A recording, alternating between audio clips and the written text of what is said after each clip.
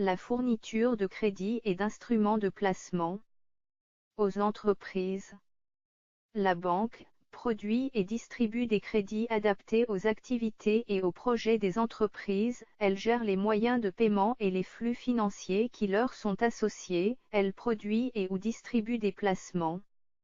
Le premier service spécifique des banques aux entreprises est la gestion des traites, LCR, billets à ordre. L'escompte des traites est une des activités historiques des banques. Elle reste importante en France où la traite a la vie tenace, moins dans d'autres pays.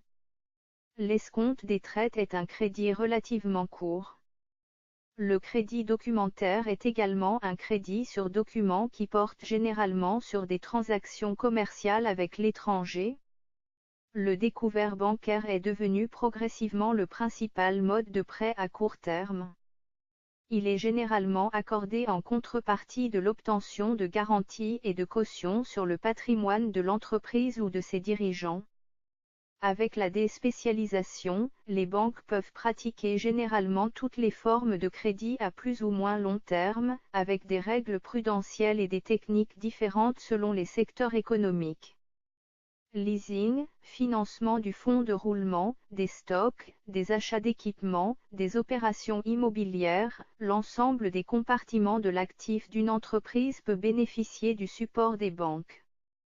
Les opérations sur le passif qui étaient le privilège des banques d'affaires sont désormais mises en œuvre par toutes les banques universelles.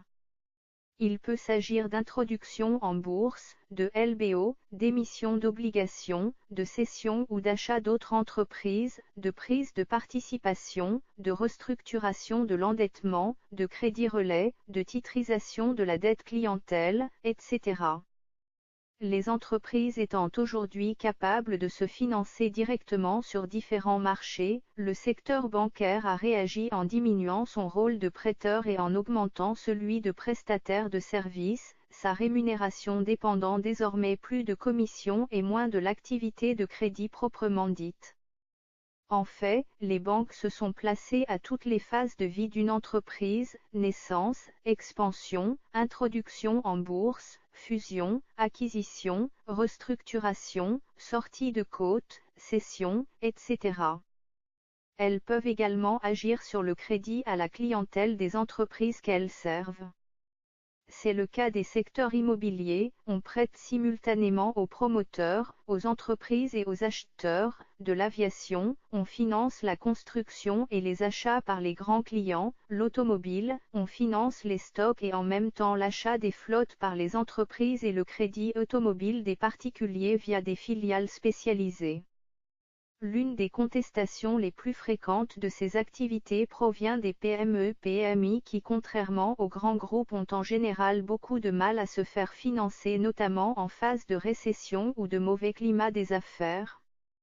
Les autorisations de découvert sont systématiquement retirées, provoquant de graves difficultés de trésorerie exogènes et indépendantes de la santé des entreprises en question.